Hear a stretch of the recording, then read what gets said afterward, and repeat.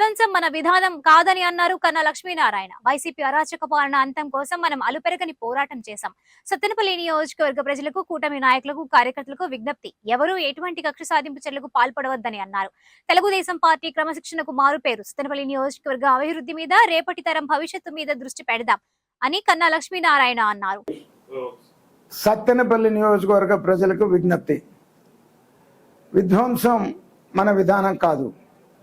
YCP అరాచక పాలన అంతం కోసం మనం అలుపెరగని పోరాటం చేశాం. సత్తెనపల్లి ప్రజలకు, కూటమి నాయకులకు, కార్యకర్తలకు విజ్ఞప్తి: ఎవరు ఎటువంటి కక్ష సాధింపు చర్యలకు పాల్పడవద్దని, తెలుగుదేశం పార్టీ క్రమశిక్షణకు మారుపేరు కలిగినటువంటి పార్టీ అని, సత్తెనపల్లి అభివృద్ధి మీద, రేపటి తరం భవిష్యత్తు మీద దృష్టి పెడదాం. అందరం భుజం కలిపి పనిచేద్దాం.